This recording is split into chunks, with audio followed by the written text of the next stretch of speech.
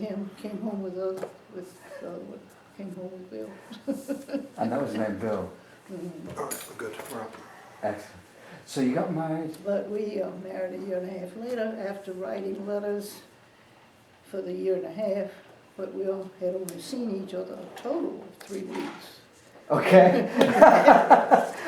So, And that was a short, when was it? What year was this, if you don't mind me asking? late 36 through early 38. 38. So, and he was stationed on a ship. We had a ship. What was the ship? He was stationed in the USS Tucker in Norfolk Mm-hmm. at the time, and the following summer after we had met in the wedding, Mm-hmm. I went up to Virginia Beach where all these nice Navy men were, and my cousin, who had married a Navy man, had a house. So I went up to the beach and we had a week of just going to movies and having early kinds of dates, going to the movies and Right. beach parties and stuff. So by the end of that week, I figured he was the one. He was a. He was the one for me. And by that fall, he came home to Atlanta and asked my folks. Good. So he did the full asking permission. Oh, yes, he did all that. So was it a very traditional home in Atlanta? Just a plain old, modest, 2-story What was the street House. name? Do you remember? Linwood Avenue. Linwood Avenue. 604 Linwood Avenue. The, And I so went to Highland School right up the street, and then I went to a private school for a short time, and then a second private school called Washington Seminary. Made lots of good friends there. in your history, you talk about the lack of options for a young lady to work in. So you chose to. Well, I did. I got a job after. First, I got a scholarship to go to college, and went for a year with a scholarship to Hollins College. But money ran out. Yeah. Times were tough. That's right. So I yeah. came home. Dad had to have an operation, so I decided, well, I need to get a job. I can't go back to Right. college. So I got a job with Retail Credit Company for a year and a half.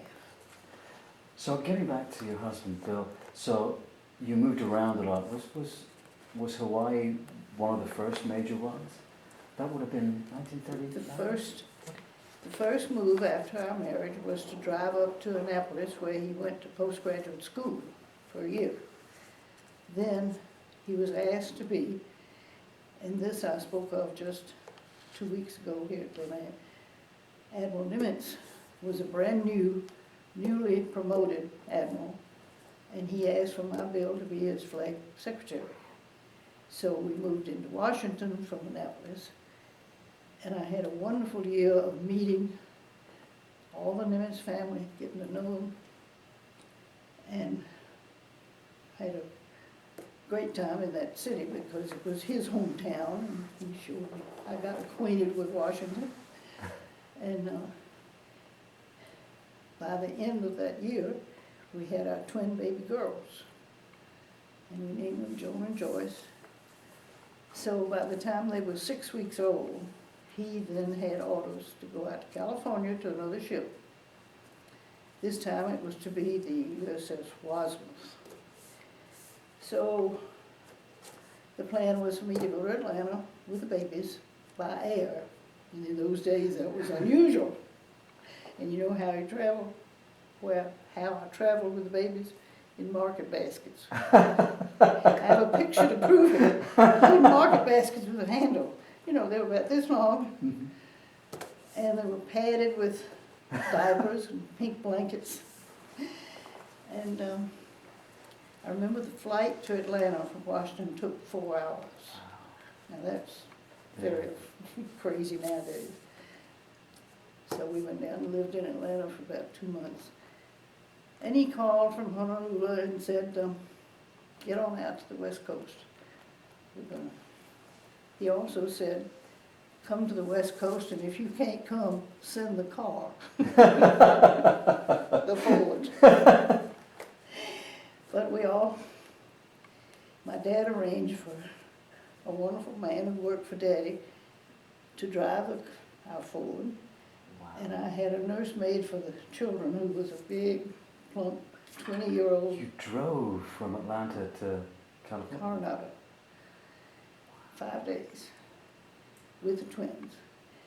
And in those days, long before seatbelts, we had little car beds. And these car beds fitted over the front seat and back to the back seat. And the two babies rode that way, and the Wow. maid in the middle, and me in front with Willie. So we made it. Took us 5 days, Wow. the southern route Some journey, that was. So you went from there across to Hawaii? to, well, wait a minute. Sorry, I'm We're gonna... not there yet. We got to Coronado and we lived in a hotel for about 5 weeks, with drop-down beds, cribs and stuff. And we had good friends in that town, so we were not all by ourselves. Then Bill's ship took off to go to Pearl Harbor, where it was going to be based. It had been based in California. Which ship was it? Prior to that, the Wasmuth destroyer, old-time destroyer, The Wasmouth? Wasmuth. Wasmouth. And so it was up to me to get to Hawaii, and he got me a ticket on the Matson line for us to go by ship from Long Beach to Honolulu. And the By twins? ship. That was another 5 days. The twins were how old? They were 4 months, Wow. 5 months. They weren't even, wow. So we had a good trip on the ship. Lots of people helped us. We had a Did you good like... voyage. And when we arrived, we were showered with leis. You know what leis are? Those lovely flowers. Many, many leis, lots of friends. And we took pictures. And I'm in a bathing suit, because our house was right by the beach, so we all wore bathing suits all the time. I sent a picture home to my mother. I'm loaded with flowers, and that's all she could see. She said, "Did you have anything else?" So we had a year and a half. You know, we were there a year before Pearl Harbor was attacked. Was there a feeling on the island at the time, not for the attack, but was there a feeling that war was coming, that you would end up being in? The Navy was getting prepared. They were very much becoming alert to dangers, and I'm sure the politics of the day meant that they were worrying and trying to be ready for anything. But they didn't get the word. Was there a feeling in favour of going in just on the island amongst the military, amongst the Navy that were there? There were lots of very educated, experienced officers that lived in a fairly small community, right, and on Hawaii. So you knew a lot of those families. We lived in a kind of a little courtyard, and we knew everybody in they were very, you might call them tropical cottages. They were, some of them had no windows and, you know, open to the fresh air. And it's always warm. So, when you think, I only want you to talk about this if you want to talk about it. It must be a very disturbing event to live through. But tell me what you want to tell me about it. Well, it was so frightening at the time. Worst part personally was that you didn't know what happened to your man. You know, Right. Your husband went out to sea, and we didn't hear for 4 days that the ship was okay. But So the ship 5, managed, 6 days later, he came ashore, and we saw him for all of 2 hours. So so those he were managed, scary days. the ship managed to get away. That was one of the ones that managed to get away. He was under fire. He was in a, as I always said, I'm glad they were going for they were not going for the little ships. He was on the little ship. So they were headed for the big ones.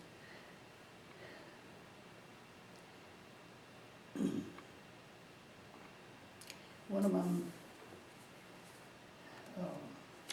things I dwelt on the other day when I talked about Adam Nimitz is that Bill had worked for him in Washington as a young officer and was out in Hawaii.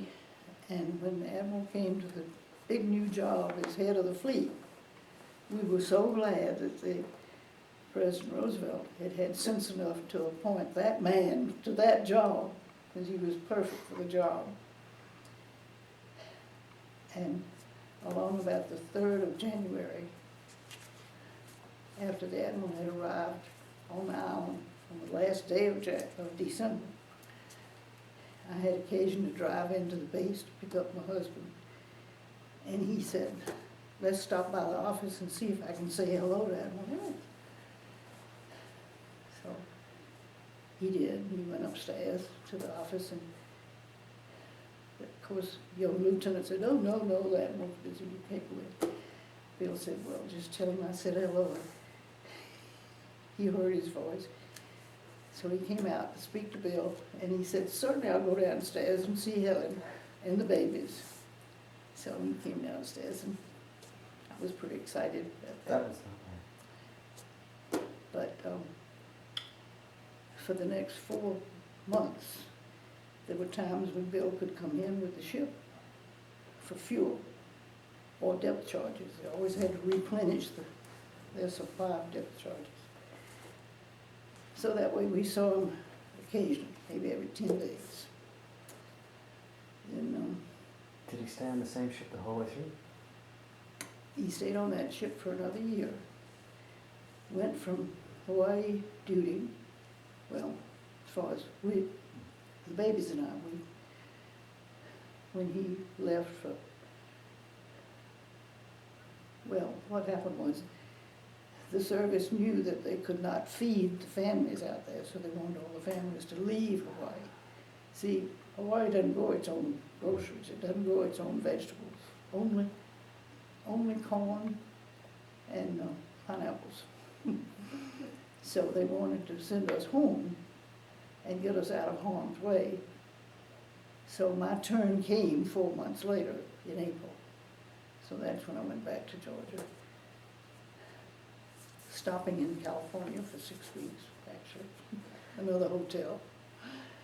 And you saw many hotels and many 29 times you moved. You said you moved how many times? 26. 26 times.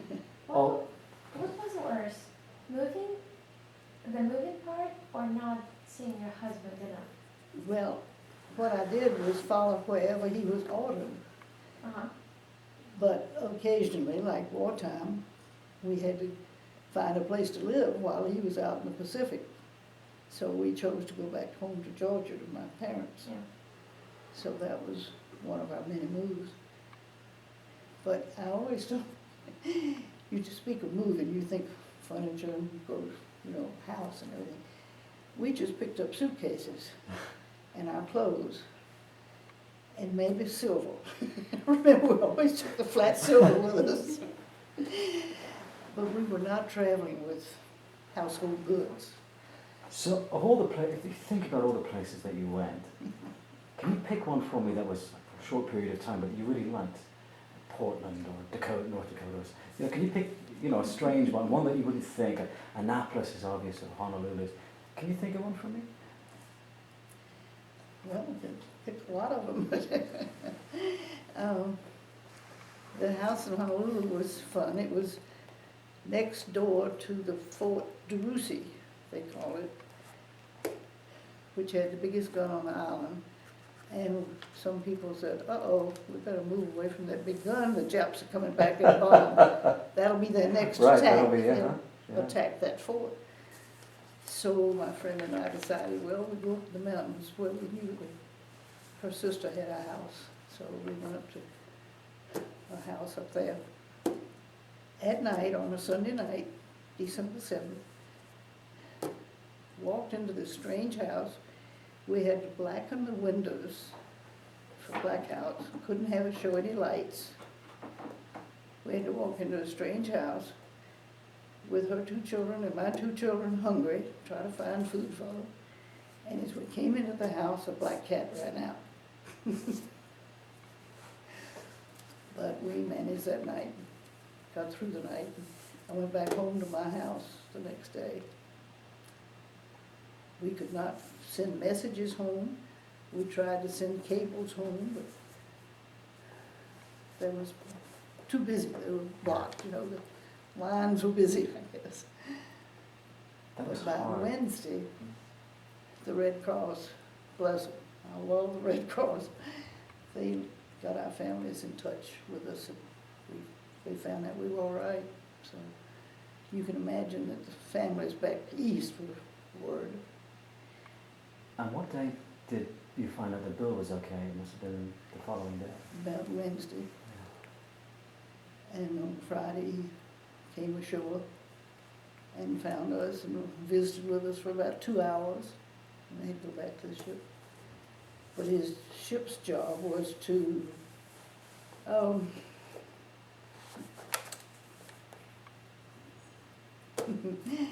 he was looking for submarines, anti-submarine patrol, so that was the duty of that ship. So they had to stay there and go out and back. Yeah. And if they thought they heard a submarine, they dropped depth charges. Along about sometime in January, they did get one. They did kill a Japanese sub, I'm So glad to say, you lived there for a year and a half? Did you? till April, after December. So after you moved, have you been back? Did you go back at all? Was he stationed there again later after the war? Or anything? Been there many years later.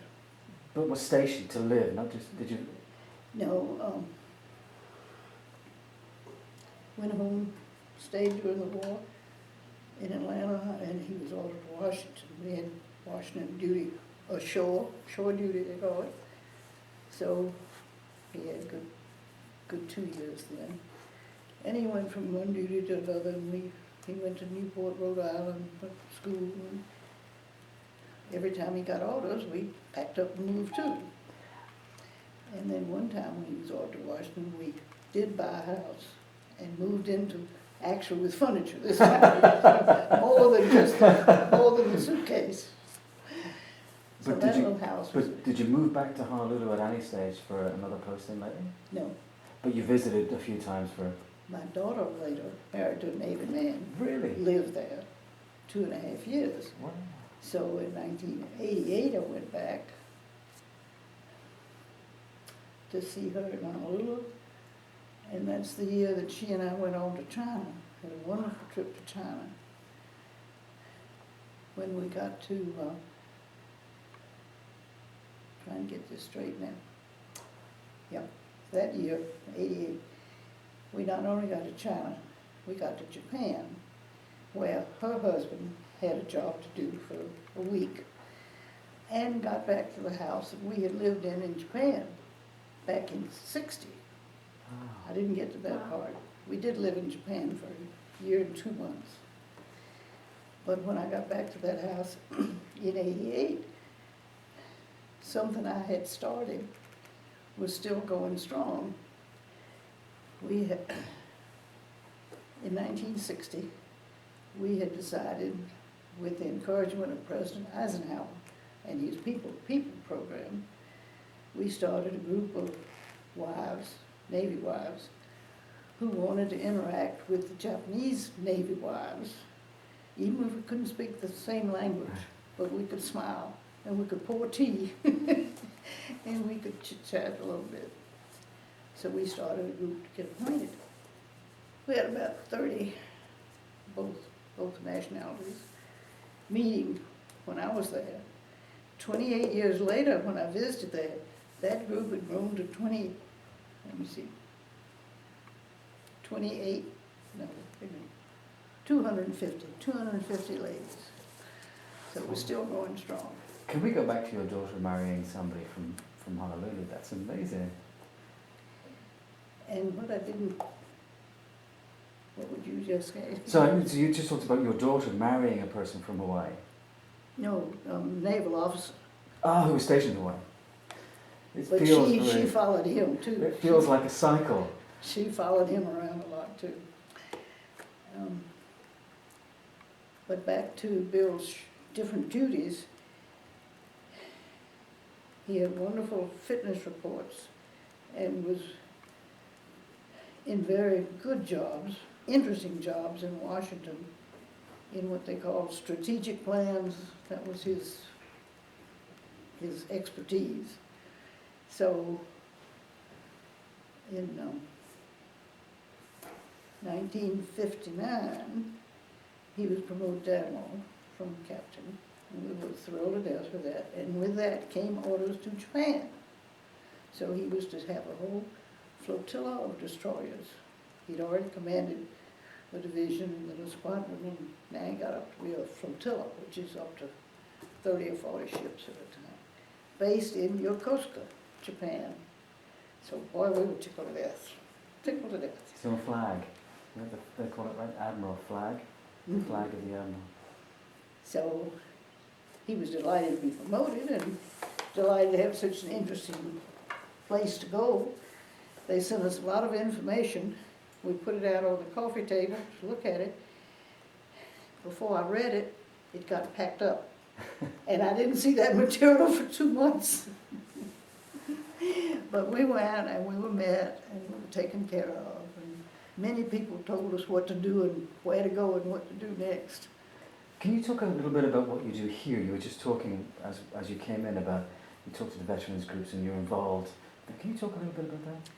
Well, I've always had a yen for history and finding out about people. So one delightful man here named John Sloan and I got in touch with the Library of Congress in Washington and decided to interview the veterans who lived at Glen Eyre. And over a 6-year period, we interviewed 75 people. Wow. And all those records went to Washington. So we enjoyed doing that a lot. That is wonderful. As part of, so they're part of the what do they call it, the Congress record, the Library records? of Congress Veterans Project, Veterans History Project. You can find it on the internet. I will look for it. What was the most fascinating one that you did? Oh, I know there's so many to choose from. But it's been a few years. that's good. You're making me I, look back. It's just a fascinating conversation. And when we talk We about had- it, I'm gonna look at these two now because We I'm had- gonna go. Now do you see why? These are the most amazing. I could stay with you, listening to you for hours because it's so fascinating. This one, I will mention one interview, because the man across the street from us was a good friend of ours, Lewis Allen. He spent his time as a pilot of big bombers, was sent to England during early in World War II, did quite a few bombing runs. When he was shot down over Europe, fell into enemy hands, was a prisoner of war for 2.5 years. So his interview was fascinating, and we got all that on tape. Any other thoughts? I just, my head's exploding with the amount of what. Did you want to explore Pearl Harbor? Just understand a little more. About Pearl Harbor Day, Yeah, the day. well, the night before, he'd been home and we'd been out to dinner. And we had our Japanese maid stay with the babies. I didn't mention that. I had a wonderful little Japanese girl who came every single day to work for us and take care of the babies. So we were out eating dinner and dancing at the great hotel, Milano Hotel, next door to the Royal Hawaii. Came home fairly early. Dear Kamiko, the maid, came back early the next morning. She and I fed the babies, as we usually did, and she took them outdoors. And about shortly after 8 o'clock, she came running back in the house. The radio says the Japs are bombing Pearl Harbor. Pearl Harbor's under attack. So it was our Japanese maid that told us. And my husband was up, dressed, and out of the house in 4 minutes with the car. So that was my Pearl Harbor morning.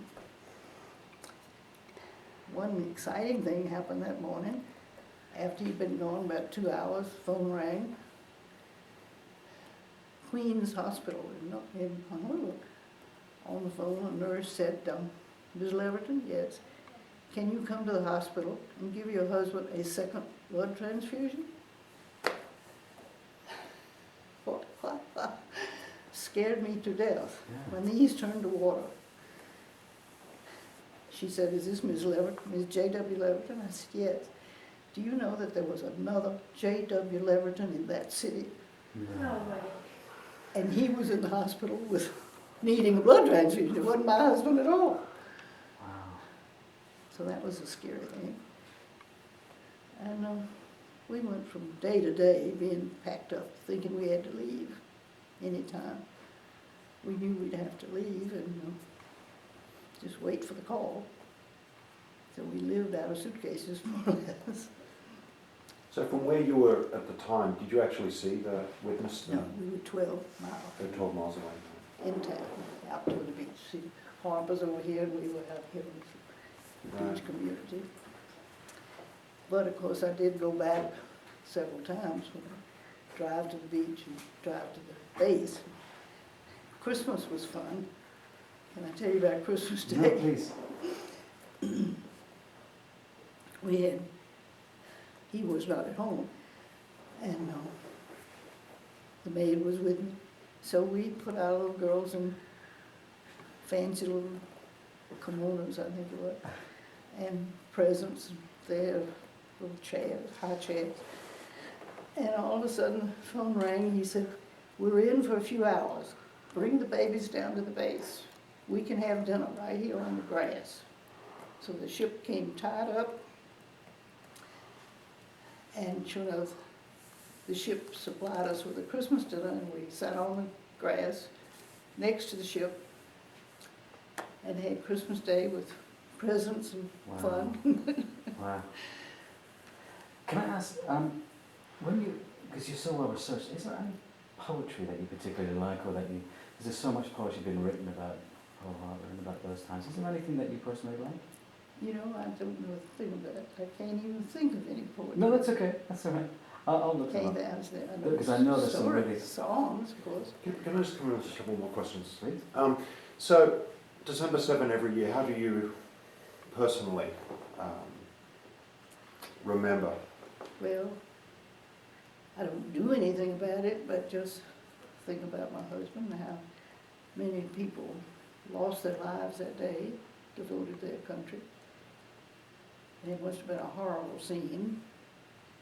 My husband's ship was small enough, based at what they call Pearl City, which is a peninsula. Ford Island is the area where the big ships were sunk. Ford Island was here. The harbors all around it. The little ships in Pearl City had to go this way and out to the ocean, that way.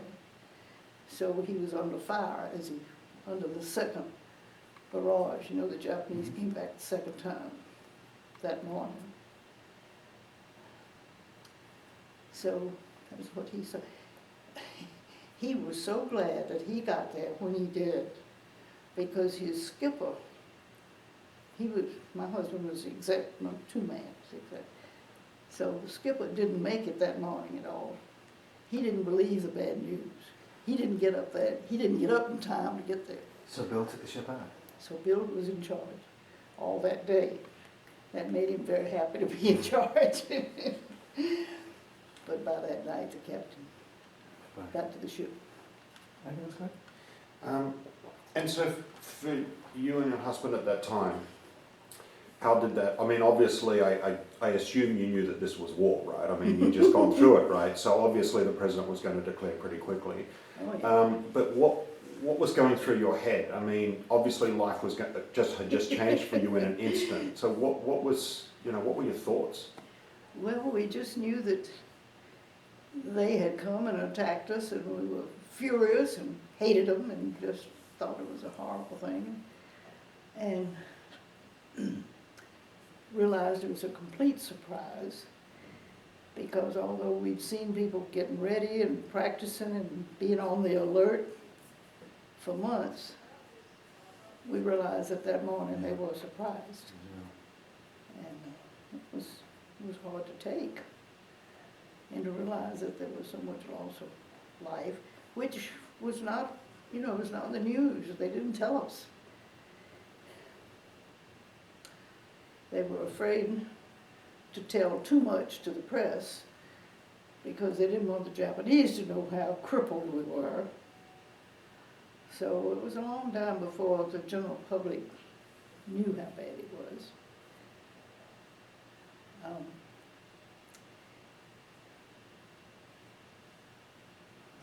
That spring, this might interest you, whenever Bill came in for those brief, short stays, he might check in with the Admiral or say hello or something. And after April, I got the orders to leave. He didn't know when we left, but we were packed off on a Navy ship and sent on our way to California. And after that, when Bill would come in, he'd say, well, I don't have a home to go to, so I'll go see the Admiral. And one day, the Admiral said, come on in and listen. And they were plotting and figuring out what to do about Midway. And there was this whole conference going on in the headquarters about planning what ships were going to, which would create the Battle of Midway. And by that time, then Bill's ship was going to California to go into overhaul. So he was on the way. And the Battle of Midway was raging, and his skipper got some information on the, however they got it, by cable, wire or whatever. And my Bill said to the captain, have they caught the Japs at Midway yet? The captain said, what do you know about that? You're not supposed to know that. This is secret. This is secret. You're not supposed to know that. Bill had heard about the planning by knowing.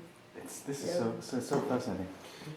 I got to stop asking because it's really That's your show okay. here. No, it's fine. I'm fine. So just getting back to again the initial reaction. I mean, you had a young family at that stage, right? And here you are in Hawaii, in the middle of the Pacific, about as close to Japan as you could get. I mean, you know. Well, we were scared, of course, but we had to worry about food.